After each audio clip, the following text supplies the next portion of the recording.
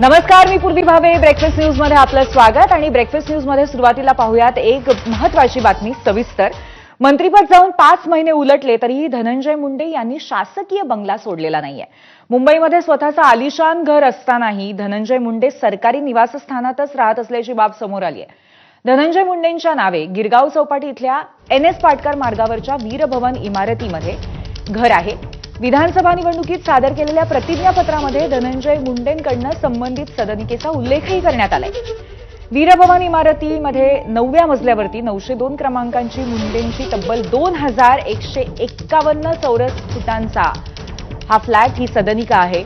मात्र तरीही धनंजय मुंडे सरकारी बंगल्यात राहत असल्यामुळे मंत्री छगन भुजबळ अजूनही बंगल्याच्या प्रतीक्षेत आहेत.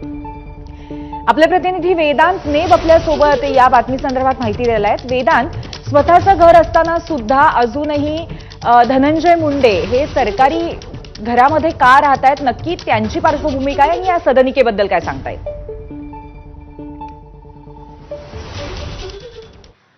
पूर्वी धनंजय मुंडे यांना राजीनामा देऊन 5 महिने झालेले आहेत, तरी त्यांनी सातपुडा हा सरकारी बंगला अजून सोडलेला नाहीये. आणि त्यांनी सांगितले की आपण मुंबईत उपचार घेत आहोत आणि मुंबईमध्ये इतरत्र आपल्याला घर नाही आणि त्यामुळेच आपण या सरकारी बंगल्यामध्ये 5 महिने झाले राहत आहोत असं त्यांनी सांगितलं.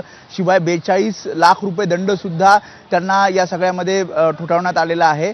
आता यानंतर जेव्हा प्रतिज्ञापत्र धनंजय मुंडेंचं जे 2024च्या विधानसभा निवडणुकीत त्यांनी प्रतिज्ञापत्र दिवडलं होतं, ते जे ॲफिडेव्हिट बघितलं, त्या ॲफिडेव्हिटमध्ये हे समोर येते की चौपाटीवर त्यांचा एक फ्लॅट आहे. वीरभवन इथे 9व्या माळ्यावर साधारणपणे 2000 स्क्वेअर फीटचा त्यांचा फ्लॅट आहे.